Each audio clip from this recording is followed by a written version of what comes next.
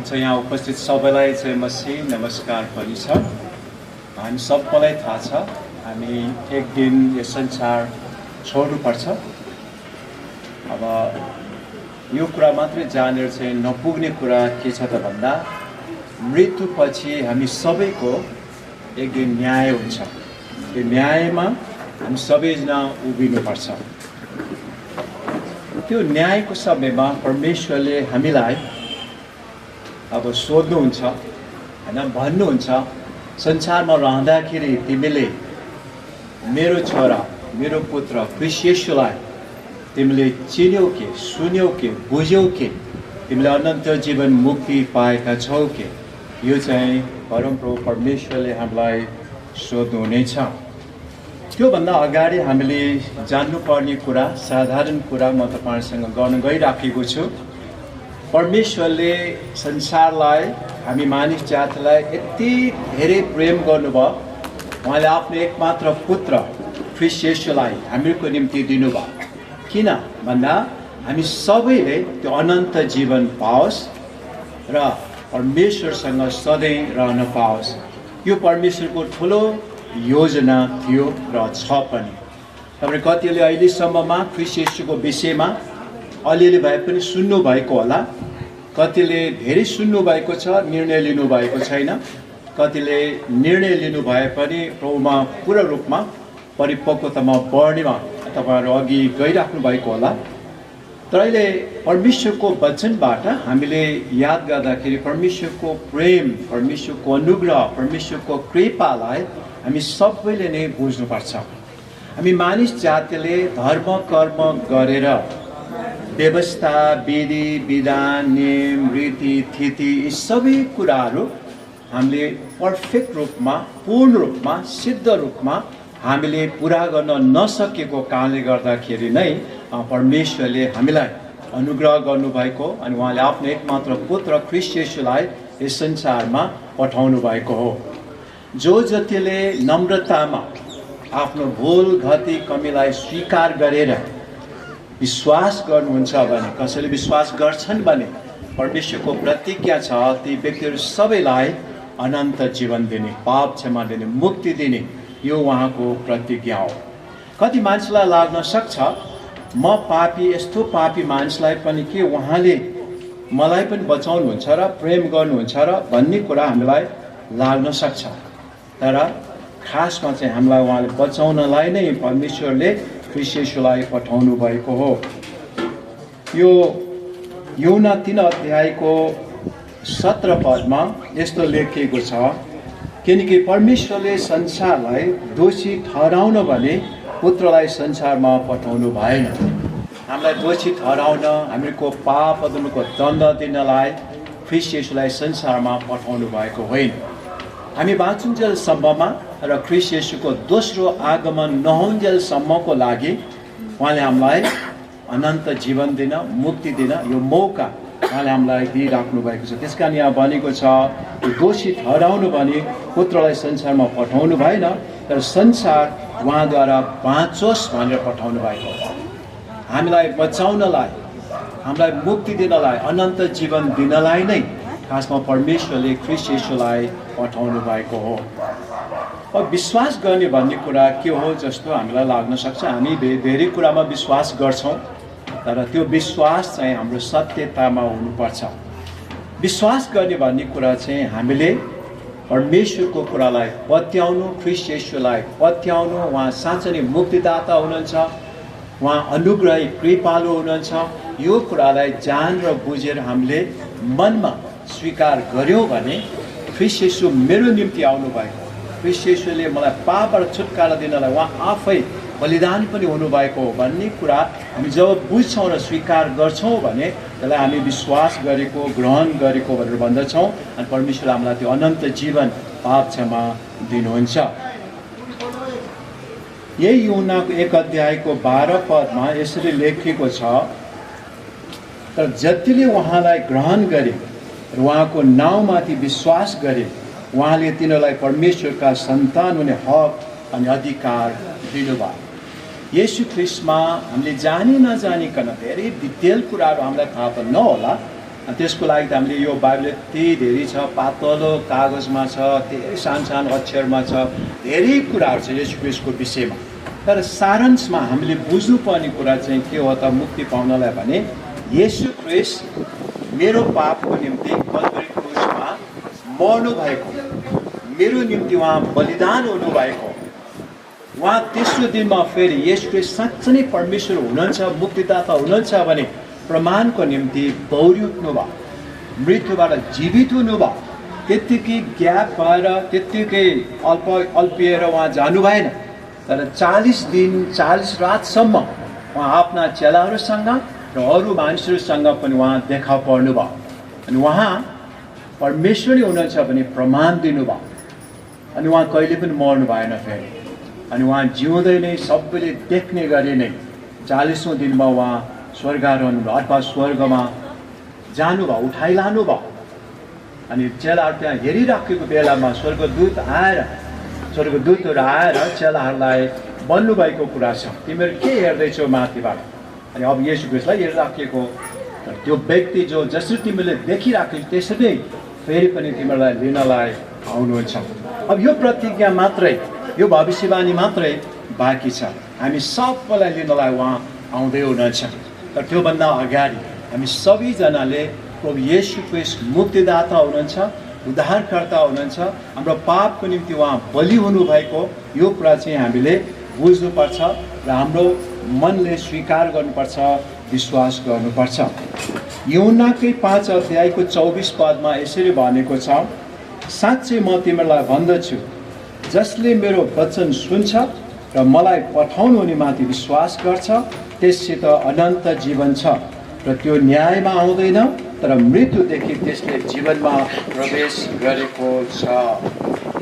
यहाँ भनिराखेको चाहिँ ख्रीष्ट येशूको वचन सुन्ने, उहाँको शिक्षालाई लिने अनि पालन गर्ने मान्छेलाई यहाँ भने अनुसार चाहिँ अनन्त जीवन मिल्छ, अनन्त जीवन पाउँछ।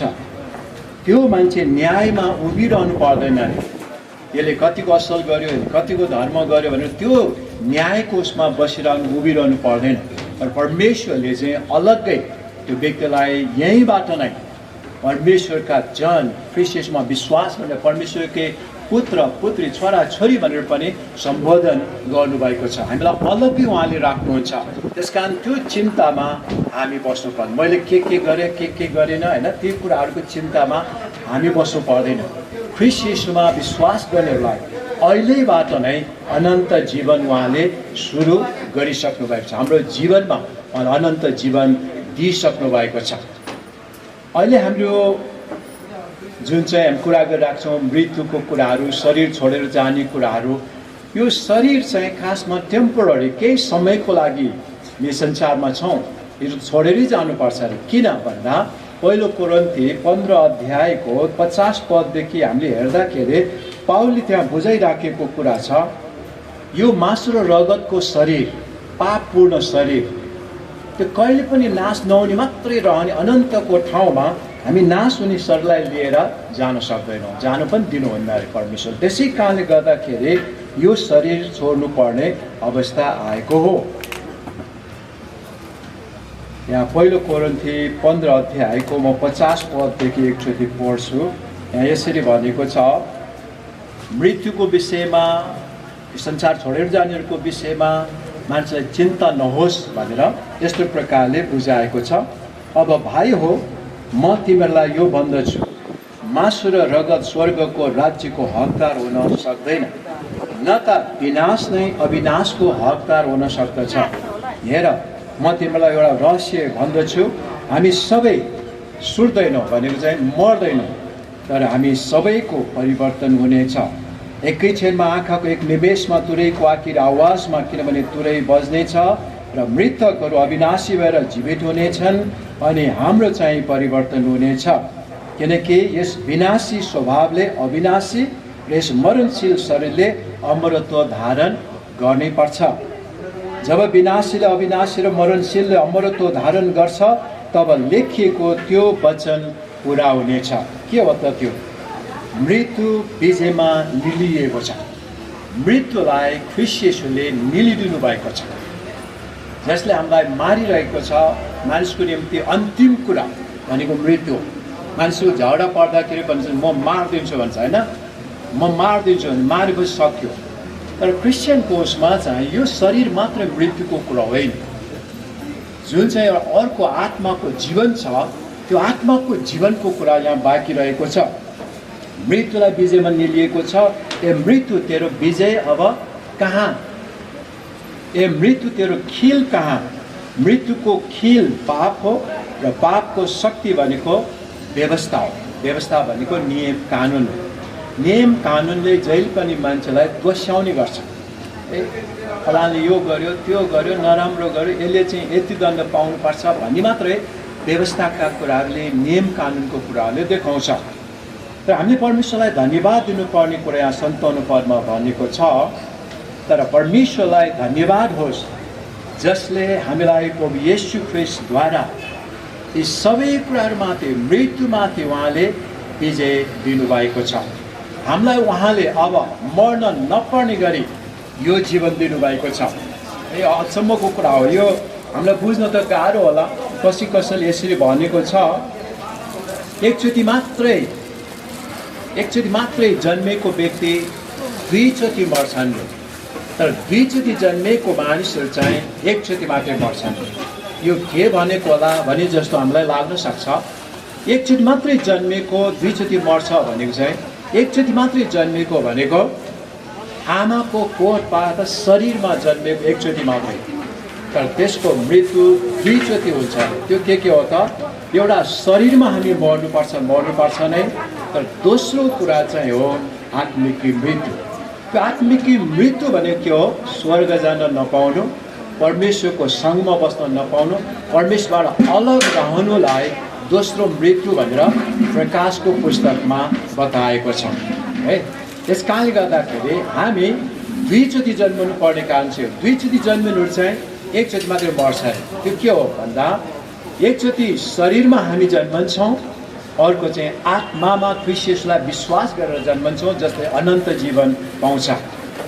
अनि अनन्त जीवन पाउने व्यक्ति चाहिँ सधैँ परमेश्वरसँग रहन्छ, तर एकचोटि मात्रै मर्छ। त्यो हो यो शरीर जुन चाहिँ पापपूर्ण शरीर छ, रगत र मासुको शरीर छ, यो चाहिँ हामी विनाशको शरीर भएको कारणले गर्दा स्वर्गमा हामी लान सक्दैनौँ। यही कारणले गर्दा हो।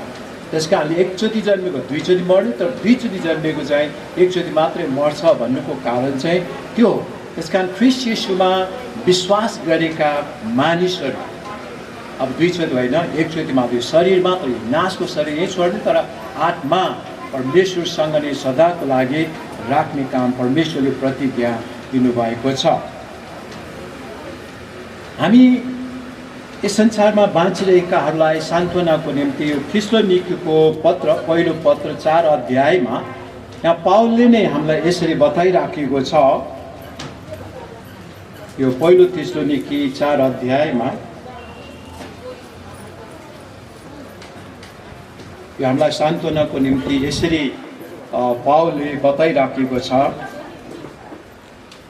विश्वासी दाजुभाइ दिदीबहिनीहरू भन्नुपर्छ, यहाँ भाइ हो मात्रै भन्ने तापनि त्यति बेला ब्रदरेन भन्छ।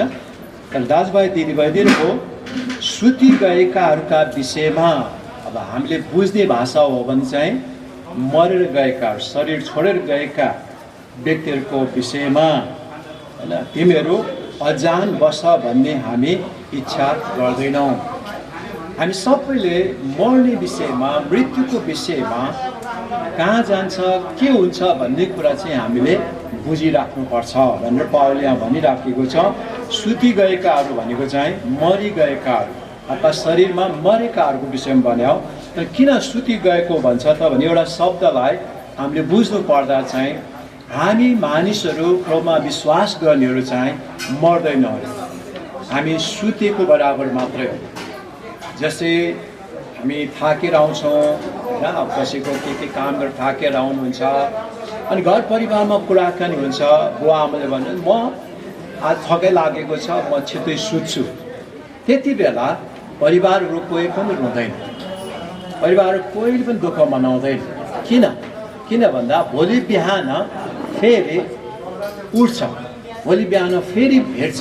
त्यही कारणले गर्दाखेरि मानिसहरू चाहिँ म थकाइ लाग्यो म सुत्छु आज भन्दाखेरि मान्छेलाई दुःख लाग्दैन होइन।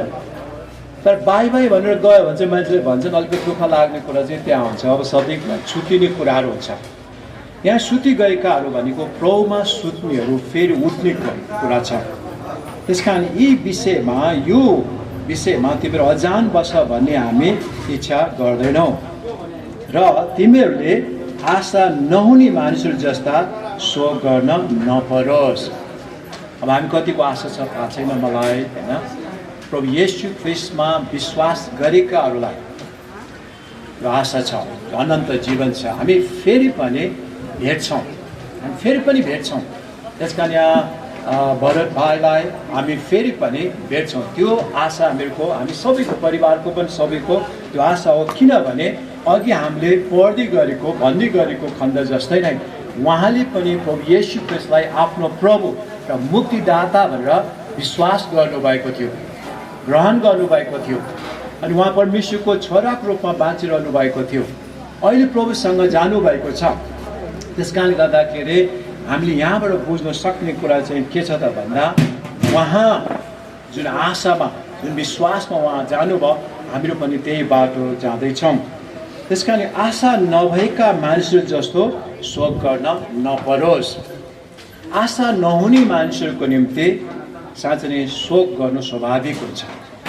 र हामी आशा गर्ने मानिसहरू हामीलाई दुःख त छ, हामीलाई गाह्रो त छ होइन। परिवारमा परेकोलाई त्यो थाहा छ, एकदम गाह्रो छ त्यो सबै कुराहरू सम्झन, त्यो कुराहरू होइन त्यो सहनको निम्ति गाह्रो छ। तर हामीको निम्ति एउटा आशा भएको कारणले गर्दा उहाँको प्रतिज्ञाका कुरालाई सम्झेर यस्तो अवस्थामा पनि धन्यवाद साथ परमेश्वरको सेवामा हामी लाग्न सक्दछौँ। हामी फेरि पनि त्यही ठाउँमा पुग्छौँ, त्यही ठाउँमा जान्छौँ, हामी फेरि पनि भेट्नेछौँ। त्यस कारणले आशा नभएका मानिस जसको आशा छैन उनीहरूलाई शोक गर्नु स्वाभाविक हो। तर हामी आशा भएका, परमेश्वरलाई चिनेका, विश्वास गरेका, अनन्त जीवन पाएका अनि स्वर्गको बाटो चिनेका मानिसहरू चाहिँ अरू आशा नभएका मानिसहरू जस्तो चाहिँ शोक गरेर रोएर कराएर वर्षौँ वर्ष बिताउनु पर्दैन। हामी उहाँमा आशा गर्ने मानिस, विश्वास गर्ने मानिसहरू चाहिँ फेरि हामी भेट्नेछौँ। यहाँ भनिरहेको छु किनकि हामी विश्वास गर्छौँ कि येशू मर्नुभयो र फेरि जी उठ्नुभयो। येशू प्रभु हाम्रो लागि बलिदान हुनुभयो, मर्नुभयो, तर उहाँ फेरि जी उठ्नु भएको छ। त्यो एउटा बिउको रूपमा परमेश्वरले एउटा नमुनाको रूपमा ख्रीष्ट येशूलाई भौरी उठाउनु भएको छ।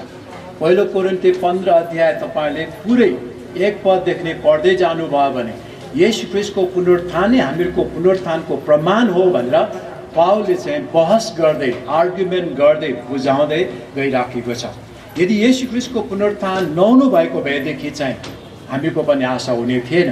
तर येशू ख्रीष्टको पुनरुत्थान भएको साँचो प्रमाणित भएको कारणले गर्दा आज हामीहरूको पनि त्यो पुनरुत्थान फेरि मृत्युबाट जी उठाउने कुरा प्रमाणित छ। त्यो कुराहरू चाहिँ पहिलो कोरिन्थी 15 अध्यायमा पावलले नै बताउँदै गएको कुरा छ। यहाँ यही नै कुरा भनिराखेको छ कि हामी विश्वास गर्दछौँ कि येशू मर्नुभयो र फेरि जी उठ्नुभयो र त्यसरी नै परमेश्वरले उहाँमा सुति गएकाहरूलाई येशूद्वारा फेरि भौरी उठाउनु हुनेछ, फेरि ल्याउनु हुनेछ। मरेका मानिसहरू खासमा आत्मामा त अहिले तुरन्त नै परमेश्वरको साथमा नै हुने कुरा छ। तर यो शरीरलाई पनि उहाँले फेरि पुनरुत्थान दिएर देखाउने कुरा, उहाँले त्यो जीवन दिने कुरा चाहिँ प्रतिज्ञा गर्नुभएको छ। प्रभुको वचनद्वारा हामी तिमीलाई घोषणा गर्दछौँ कि हामी जो जीवित छौँ र प्रभुको पुनरागमनसम्म बाँचिरहन्छौँ, सुति गएकालाई कुनै किसिमले पनि ओछ्याउने छैनौँ। प्रभु येशू ख्रीष्टको आगमनसम्ममा, पुनरुत्थान दिने समयसम्ममा यस पृथ्वीमा हामी बाँचिरहेका छौँ भने पनि, ख्रीष्ट येशूलाई विश्वास गरेर बाँचिरहेका छौँ भने पनि परमेश्वरले हाम्रो शरीरलाई आँखाको एक निमेषमा, एक झिमकमा उहाँले हामीलाई परिवर्तन गर्नुहुन्छ। किनभने यो मासु र रगतको शरीरलाई लिएर हामी स्वर्ग जान सक्दैनौँ र पाउँदैनौँ। यही कारणले गर्दा यो नाश हुने शरीरलाई, यो विनाशको शरीरलाई अविनाशीमा, महिमित शरीरमा परिवर्तन गर्नु नै पर्छ र गर्नु नै पर्थ्यो भनौँ, अब पर्नेछौँ। यी कुराहरू यहाँ भनिराखेको छ है। उहाँको पुनरागमनमा कोही बाँचिरहेका छ भने चाहिँ सुति गएकाहरू, हामीभन्दा अगाडि नै प्रभु कहाँ गएका मानिसहरूलाई हामीले उछिन्ने छैनौँ अथवा हामी उनीहरूभन्दा अगाडि हुने छैनौँ। सबभन्दा पहिला परमेश्वरले प्रभुलाई विश्वास गरेर यो संसार छोडेर गएका, हामीभन्दा पहिला गएका मानिसहरूलाई उहाँले उठाउनुहुन्छ। त्यसपछि मात्रै हामी बाँचेकाहरूलाई पनि उहाँले परिवर्तन गर्नुहुन्छ अनि उहाँ सँगसँगै बादलमा हामी भेट्नेछौँ। हामीभन्दा अगाडि गएकाहरूलाई पनि भेट्नेछौँ। किनकि प्रभु स्वयं हुकुमको गर्जनसित, प्रधान स्वर्गदूतको आवाज र परमेश्वरका तुरहीको स्वरसित स्वर्गबाट वर्णन हुनेछ र ख्रिस्टमा मरेकाहरू चाहिँ पहिले भोरिनेछन्। तब हामी बाँचिरहेका र छोडिएकाहरू प्रभुलाई आकाशमा भेट्न तिनीहरूका साथसाथै बादलमा उठाइ लगिनेछौँ र यसरी हामी सधैँ प्रभुसँग रहनेछौँ। हामीलाई पनि उहाँले उठाउनुहुन्छ, त्यसपछि हामी सँगसँगै जानेछौँ भन्ने यहाँ कुरा गरिराखेको छ। सधैँ अनि हामी चाहिँ प्रभुसँग रहनेछौँ। यही कुराले यहाँ अन्तिममा भनेको छ 18 पदमा, यसै कारण एउटाले अर्कोलाई यी वचनहरूले सान्त्वना देऊ। यी वचनहरूले हामीले एक अर्कोलाई सान्त्वना दिनुपर्छ र हामी सान्त्वना पाउँछौँ। के हो त त्यो सान्त्वना? ख्रिस्ट येशूमा विश्वास गरेका मानिसहरू चाहिँ अनन्त जीवन पाएका मानिसहरू, मुक्ति पाएका मानिसहरू अनि हामी आशा भएका मानिसहरू। त्यसै कारणले गर्दा यही प्रतिज्ञाका वचनहरू हामीले अरूहरूलाई सान्त्वनाको रूपमा दिनुपर्छ। धेरै प्रतिज्ञाहरू छन् बाइबलमा, ती प्रतिज्ञाहरू हामीले सम्झना गर्नुपर्छ, हामीले सम्झना दिनुपर्छ। त्यसै कारणले गर्दाखेरि 5 अध्यायको 16, 17, 18 पदमा पावलले यही थिस्सलुनीकेको 5 अध्यायको 16, 17, 18 पदमा यसरी भनेको छ, सधैँ आनन्दित रहो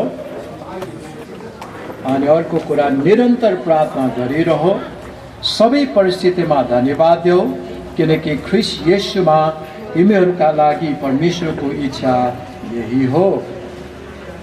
यस्तो समयमा हामीलाई आनन्द मनाउन गाह्रो हुन्छ। आँखामा आँसु छ, तर पनि परमेश्वरको प्रतिज्ञाहरूलाई सम्झेर, परमेश्वरले दिनुहुने कुरालाई सम्झेर, भविष्यको आशालाई सम्झेर हामी आनन्दित हुन सक्दछौँ। कति मानिसहरू म उदाहरण दिने गर्छु, कहिलेकाहीँ गाडा घचिर्नेहरू, काम गर्नेहरू पसिनै पसिना भएर गाडा घचिरहेको हुन्छ। त्यहाँ रडहरू, सिमेन्टहरू, पाइपहरू के एकैचोटि नै पुर्याउने कोसिस गरेको हुन्छ, किनभने एकैचोटि उनीहरूले पैसा पाउनेछ। 2000 रुपियाँ पाउँछ अथवा 1000 रुपियाँ पाउँछ अनि 1 घन्टामै त्यति पाउँछ भने फेरि अर्को घन्टामा अर्को पनि काम गर्नु पायो भने त मैले दिनकै 2000, 3000 कमाउन सक्छु। त्यो आशालाई लिएर मान्छेले पसिनै पसिना भए तापनि, गाह्रो भए तापनि खुसीसँग, आनन्दसँग हाँसेर गाडी घचिरहेको हुन्छ होइन। हामीलाई पनि अहिले संसारमा, समाजमा दुःख त होला, तर हाम्रो जुन आशा छ, अनन्त जीवन छ, हामी स्वर्गमा जाने, प्रभुलाई भेट्ने भएको कारणले गर्दाखेरि सबै दुःख कष्टहरूमा पनि हामी आनन्दित हुन सक्दछौँ। अनि हामी क्रिस्चियनहरूको लागि एउटा कुरा भनिराखेको छ, निरन्तर प्रार्थनामा लागिरहनुपर्छ। निरन्तर लगातार रूपमा हामी प्रार्थनामा बस्नुपर्छ अनि सबै परिस्थिति अवस्थाहरूको लागि पनि, सबै परिस्थिति अवस्थाहरूमा पनि, गाह्रो, साह्रो, दुःख, कष्ट, यस्तै अवस्थामा पनि यहाँ भनेअनुसार चाहिँ परमेश्वरलाई धन्यवाद दिनुपर्छ। गाह्रो छ होइन। रोमीको 8 अध्यायको 28 पदमा पनि भन्छ, सबै परिस्थिति अवस्था मिलाएर अब सबै कुरा खासमा होइन राम्रैको लागि, असलकै लागि, भलाइको लागि हुन्छ। तर यो के भलाइ भयो त, यो के असल भयो त भन्ने हामीलाई लाग्न सक्छ, तर परमेश्वरको दृष्टिकोणबाट चाहिँ होइन संसारमा दुःख, कष्ट, गाह्रो परिस्थिति अवस्थामा राख्नुभन्दा आफ्नो छोरालाई होइन आनन्दको ठाउँमा राख्नु परमेश्वरको इच्छा भयो। अब हामीलाई त सँगै सधैँ भइराखेको भए राम्रै हुन्थ्यो भन्ने हो, तर त्यो परमेश्वरको आफ्नो इच्छा, चाहनामा आफ्नो छोराहरूको होइन व्यवहार, जीवन सबै कुरालाई देखेर उहाँले काम गर्नु। त्यसकारण सबै परिस्थितिमा हामीले धन्यवाद दिने काम गर्नुपर्छ, किनकि ख्रिस्ट येशूमा हामीहरूको लागि परमेश्वरको इच्छा नै यही छ। सबै परिस्थिति अवस्थामा पनि आनन्दित हुने, प्रार्थना गरिरहने अनि धन्यवाद दिएर बस्ने। क्रिस्चियन चरित्र, क्रिस्चियनहरूको स्वभाव एउटा यो दुःख कष्ट गाह्रो परिस्थिति अवस्थामा पनि जहिले पनि आनन्द मनाउने, प्रार्थना गरिरहने अनि धन्यवाद दिइराख्ने व्यक्तिहरू हामीहरू हुनुपर्दछ। अघि भनेपछि म अब एउटा हिब्रूको 9 अध्यायको एक खण्ड पढेर म अन्त गर्न गइराखेको छु। यहाँ भनिराखेको छ, जसरी मानिसहरूको निम्ति एकपटक मर्नु निश्चित छ र त्यसपछि इन्साफ निश्चित छ। मानिसको मृत्यु जसरी निश्चित छ, एक दिन जन्मेपछि मर्नै पर्छ, त्यस्तै प्रकार हामी सबैले बुझ्नुपर्ने एउटा कुरा चाहिँ के छ त भन्दा हामी सबैको न्याय पनि निश्चित छ। हामी सबैजना नै परमेश्वरको उपस्थितिमा हामी उभिनुपर्छ है। यो निश्चित छ। मान्छेले खाएसार लाएसार मरेपछि लम्पसार मलाई के मतलब र भन्ने कुरा त गर्छन्, तर जब साह्रै दुःख पर्छ, गाह्रो हुन्छ, त्यति बेला चाहिँ त्यहाँ कोही छ कि अनि ईश्वर छ कि अनि मान्छेले परमेश्वरको विषय त्यति बेला मात्रै सोच्न थालेको सोचेको कुरा हामी पाउँदैछौँ। डाक्टरले पनि भन्छ आशा छैन, यताबाट पनि आशा छैन, अब केही गरेर पनि आशा छ। तिम्रो विश्वास र तिम्रो धर्म के छ त्यो अनुसार अब गर्न लैजाऊ भनेर डक्टरले पनि भनेको कुरा हामी पाउँछौँ। त्यति बेला चाहिँ अन्तिम शरण कहाँ हो भन्दा परमेश्वरमा मात्रै हो। हामी सबैको मृत्यु निश्चित भए जस्तै नै जन्मेपछि मर्नै पर्छ। जवान भाइ बहिनीलाई लाग्न सक्छ अहिले त म त मर्दैन होला भन्ने जस्तो पनि लाग्न सक्छ, तर जवानहरू पनि अनि विभिन्न रोग, विभिन्न एक्सिडेन्ट, विभिन्न कुराहरूले मरिराखेको हामी पाउँछौँ। हाम्रो जीवन हाम्रो हातमा छैन। खासमा मान्छे मेरो जीवन म जे पनि गर्छु भन्छ, तर त्यो हुँदैन, परमेश्वरको हातमा छ। परमेश्वरले हामीलाई आयु दिनुभएको छ। त्यो आयु एक दिन एक मिनट पनि हामी अगाडि पछाडि गर्न सक्दैनौँ। कति मान्छे कस्तो कस्तो भएर एक्सिडेन्ट भएर पनि बाँचिरहेको हुन्छ, कोही कोही मान्छे केही नभए पनि मरिरहेको हुन्छ। त्यो पनि अचम्मको कुरा हो। परमेश्वरले आयु राखिदिनु भएको छ, तर यो 5 जुन्जेलसम्ममा नै हाम्रो न्याय हुन्छ भन्ने कुरालाई जानेर बुझेर 28 पदमा भन्दछ, त्यसै गरिकन त्यसरी नै ख्रीष्ट पनि धेरैजनाको पाप बोक्नलाई एकैपल्ट बलि हुनुभयो।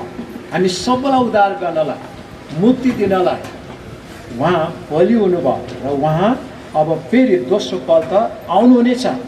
तर अब आउने कुरा चाहिँ पाप बोक्नको निम्ति, हामीलाई पाप क्षमा दिनुको निम्ति हुने छैन। त्यो समय डरलाग्दो समय हुनेछ, न्यायको समय हुनेछ।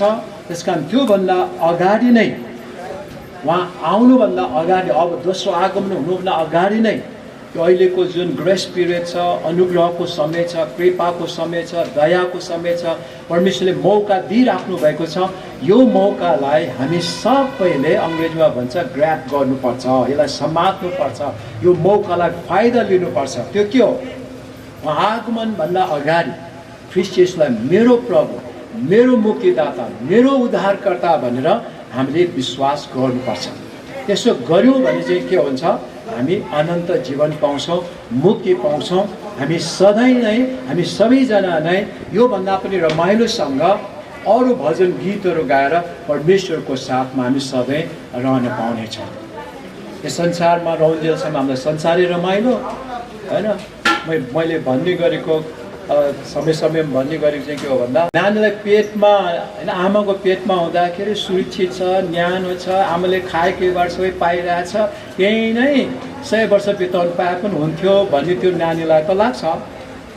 तर 9 महिनापछि त निस्कनु पर्छ, नत्र त धेरै गाह्रो हुन्छ होइन। सधैँ त्यहाँ बसिरहेको त गाह्रो हुन्छ। जब संसारमा जन्मिन्छ सुरुमा रुन्छ, रुनु पनि पर्छ भन्छ डाक्टरले, नरुनलाई पनि पिट्छ अरे होइन, रुवाउँछ अरे, त्यो सास फेर्ने सबै कुराहरूको लागि रुन्छ।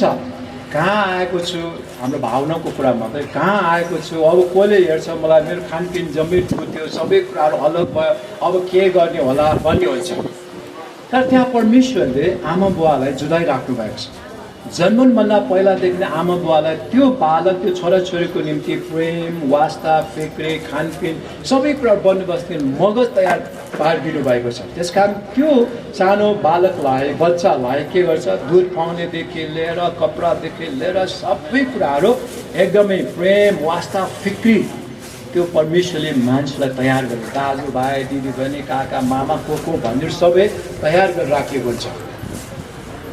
अब बढ्दै आउँछ, 3 वर्ष हुन्छ, 5 वर्ष हुन्छ, अनि साथीहरू पाउँछ, अनि समाजमा रमाइलो हुन थाल्छ। फेरि साथीहरू पाउँछ होइन, अब परिवार पनि चिनाजानी भयो, सबै रमाइलो भयो। अब तपाईँले त्यो 5 वर्षको नानीलाई, 10 वर्षको टिनेजरलाई, 15 वर्षको जवानलाई एकचोटि आमाको कोखमै गएर पहिला जस्तै नै न्यानो भएर बस्न चाहन्छौ भनेर हामीले सोध्यो भने के भन्छ? ओहो कसरी बस्नु होला, कोस मुकोस हुन्छ, त्यहाँ त धेरै गाह्रो हुन्छ होइन। अब समाज रमाइलो भयो। फेरि पहिला उसको पेटमा सुरक्षा थियो, अहिले समाजमा परिवार पाएको साथीहरू पायो त्यहाँ रमाइलो सुरक्षा जस्तो लाग्यो।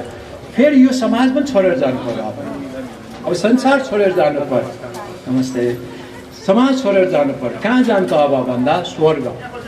स्वर्ग कस्तो होला, के हुने होला, कसले हेर्ने होला, कस्तो के हुने त्यो विचारहरू मान्छेमा आउँछ। अनि हामी यहाँ बसिराखेकाहरूलाई डर लाग्छ। मर्ने भनेपछि हामीलाई डर लाग्छ, कहाँ जाने होला, के हुने होला। तर खासमा योभन्दा पनि राम्रो ठाउँ चाहिँ फेरि स्वर्ग। आमाको कोखभन्दा राम्रो संसार छोराछोरी साथीहरू सबै पाएको छ, आमाको पाएको छ। फेरि यहाँबाट छोडेर जाँदा त संसारभरिकै होइन साथीहरू हामीले कुराकानी गरिरहेको चिनाजानी भइरहेको, त्यहाँ यस्तो पो हुँदो रहेछ, यस्तो पो हुँदो रहेछ भने त्यहाँ हामी चिनाजानी हुन्छौँ। तपाईँहरूले सुन्नुभएको होला त्यो स्वर्ग गएर आएकाहरूको दर्शन पाएकाहरूको किताबहरू लेखिएको, उनीहरूले साक्षी दिएको। मलाई त पृथ्वीमा झर्नै मन लागेको थिएन, त्यो संसारमा आउनै मन लागेको थिएन मलाई त होइन भनेको थियो। त्यसरी भनेको हामी सुनेका छौँ। किन भन्दा सुनको सडक हिरामतले जडान गरेको ठाउँ, यति रमाइलो, यति आनन्द, यति खुसीको ठाउँ छ। त्यहाँ कुनै चिन्ता छैन। अघि पढेको कर्म जस्तै आँसु पुछिदिनु, त्यहाँ कुनै अब त्यहाँ रुवाबासीको कुरा केही पनि छैन। स्वर्ग चाहिँ एउटा त्यस्तो ठाउँ हो जहाँ आनन्द छ। अहिले हामीलाई यहाँबाट हेर्दा कस्तो के हो नदेखेसम्म नपुगेसम्म त्यस्तो हो। तर जब पुगिसक्छ त्यसपछि चाहिँ फेरि यो पृथ्वीमा आउन मन लाग्दैन, यो संसारमा आउन मन लाग्दैन। जसरी त्यो टिनेजर्स होइन जवानहरूलाई आमाको कोखमा एकचोटि पस न, फेरि तिमीलाई त्यो होइन केही गर्नु पर्दैन, आमाको खाएकोबाट पाइहाल्छ पोषणहरू भन्दा पनि मान्दैन। किन? अब त्यो उकुस मुकुस त्यो सोच्नै नसक्ने कुरा हो। अनि संसार छोडेर स्वर्ग गइसक्यो, स्वर्गको कुराहरू देखिसकेपछि संसारको कुराहरू चाहिँ फेरि उकुस मुकुस हुने कुरा त्यहाँ हुन्छ। त्यस्तो गाह्रो परिस्थिति अवस्था। म एकचोटि युरोपमा जाँदाखेरि यो त्यो के स्काई पास के भन्ने हुँदो रहेछ, $300 यहाँबाट तिरेर गयो भने चाहिँ युरोपको जुनसुकै देशमा गए पनि ट्रेन चढे पनि बस चढे पनि सबै फ्री, जहाँ गए पनि सबै फ्री। त्यस्तो हुँदो रहेछ। अनि एक देशबाट अर्को देशमा उनीहरूको त रेल जाँदो रहेछ। अनि अचम्म पनि लाग्यो। अनि कसरी जान्छ त? उनीहरूको आफ्नो आफ्नै देशको आफ्नो आफ्नै करेन्ट छ होइन, त्यो करेन्टले चल्ने रेलहरू। तर त्यहाँ कस्तो हुँदछ भने बिचमा यसो जोडाइमा चाहिँ काठ प्लास्टिकको हुँदो रहेछ। अनि करेन्ट यताकै देशले चलाएको हुन्छ, यता उतै देशले चलाएको। यहाँबाट छोडिसकेपछि यता कति गइसकेपछि मात्रै टिप्छ, अर्को करेन्टले टिप्छ, किन स्पिड बढी छ। अनि हाम्रो एक ठाउँबाट अर्को ठाउँमा जुन सरिसकेको हामीलाई थाहै हुँदैन। स्वर्ग जाने कुरा पनि, यो पृथ्वीबाट स्वर्ग जाने कुरा पनि प्रभुलाई पाएका मानिसहरूको निम्ति चाहिँ त्यो स्पिडमा यस्तो स्पिडमा गइरहेको छ, उसको जीवनको फेरि अन्त भएको छैन, त्यो सुरुवात नै भएको छ। यो देश छोडेको मात्रै हो। एउटा युरोपको एउटा देश छोडेर अर्को युरोपको देशमा गए जस्तै नै संसार जुन परमेश्वरले सृष्टि गर्नुभएको त्यो कुरालाई छोडेर हामी उता स्पिडमा त्यहाँ गएछ, उताकोले टिपिसकेको छ। अनि स्वर्गमा हाम्रो भरत भाइ हुनुहुन्छ। अनि हामी पनि त्यही ठाउँमा जाँदैछौँ। हामी सबैको गन्तव्य त्यही नै हो। त्यस कारणले गर्दा मैले अन्तमा भन्न खोजेको चाहिँ यहाँ जुन कुरा भनेको छ, जसै मानिसको निम्ति एकपटक मर्नु निश्चित छ, यो सत्य कुरा हो। संसारको होइन, चाहे धनी होस् चाहे जस्तोसुकै मान्छे होस्, पढे लेखे होस्, मर्नै पर्छ। तर त्यति मात्रै जानेर पुग्दैन, तर हामी सबैको इन्साफ चाहिँ हुन्छ, हामी सबैको न्याय हुन्छ। त्यति बेला हामी कहाँ जान्छौँ? स्वर्गमा हुन्छौँ कि हामीलाई मुखबाट उच्चारण गर्न पनि मन नलाग्ने दुःख कष्ट पाउने ठाउँ हो नरक। हामीलाई भन्नु पनि मन त लाग्दैन, कोही पनि नरक नजाओस् भनेर प्रभुको पनि इच्छा यही हो। तर हामी नै अटेरी भएर प्रभुको योजना, प्रभुको जुन उद्देश्य छ त्यो कुरालाई हामी मान्दैनौँ, लिँदैनौँ भने हामी चाहिँ नचाहँदै पनि हामी त्यो ठाउँमा पुग्छौँ। त्यो हाम्रो अब इच्छा त होइन, हामी कसैको पनि चाहना त होइन, त्यहाँ जाओस् भन्ने पनि होइन, हामी जान्छौँ भन्ने पनि होइन। तर प्रभुले दिनुभएको उपायलाई, योजनालाई हामीले लिएनौँ भने ख्रीष्ट येशू जो मुक्तिदाता हुनुहुन्छ, हाम्रो निम्ति उहाँ कल्भरी क्रुसमा बलिदान हुनुभयो, उहाँमा विश्वास गरेनौँ भने हामीको निम्ति दुःखको कुरा चाहिँ हुन्छ। त्यसकारण तपाईँहरू सबैलाई म यही नै अनुरोध गर्न चाहन्छु, तपाईँहरूले बाइबल अलिअलि भए पनि सुन्नुभएको होला, पढ्नुभएको होला, प्रभु विषयमा अझै पनि पढ्नुहोस्, बुझ्नुहोस्। अनि पढ्न बुझ्न चाहनुहुन्छ भने अझ आफ्नो चिने जानेका क्रिस्चियन दाजुभाइहरूलाई पनि भेट्नुहोस्। चर्च सङ्गतिहरू कहाँ नजिक छ तपाईँ सोधखोज गर्दै जान सक्नुहुन्छ। यहाँ एकछिन बोलेको कारणले गर्दा तपाईँले सबै कुरा बुझ्नुभयो भन्ने पनि म सोच्दिनँ पनि। तर जे होस्, बुझ्दै नबुझे पनि त सानो कुरा तपाईँले गर्नुभयो भने आजै तपाईँ स्वर्गमा जान सक्ने अनन्त जीवन पाएको व्यक्ति चाहिँ हुनुहुन्छ। त्यो हो ख्रीष्ट येशूलाई मेरो प्रभु, मेरो मुक्तिदाता भनेर मैले धेरै बुझ्न त बाँकी नै छ, तर पनि ख्रीष्ट येशू मेरो निम्ति मर्नु भएको, ख्रीष्ट येशू फेरि बौरी उठ्नु भएको प्रभु हुनुहुन्छ। उहाँमा विश्वास गर्यो भने मुक्ति पाउँछ भनेको छ। प्रभु तपाईँमा म विश्वास गर्छु भनेर तपाईँले विश्वास गर्नुभयो भने तपाईँले अनन्त जीवन, मुक्ति आज अहिले यस गरी नै पाउनुहुन्छ। धेरै धन्यवाद। अनि यहाँ परिवार सबैलाई, विशेष गरी समय परिवार अनि यहाँ छोराछोरी बुहारीहरू होला, छोरीहरू होला, सबैलाई प्रभुले धेरै धेरै आशिष गरिदिउन्, सान्त्वना दिउन्। हामीको दुई शब्दले नपुग्ने हुन्छ, पवित्र आत्मा आफैले नै, ख्रीष्ट येशू आफैले नै उहाँले दिनुहुने शान्तिले उहाँले साँच्चै नै त्यो शान्तिले भरुन्, सान्त्वना दिउन्। हस्, धन्यवाद। जय मसीह।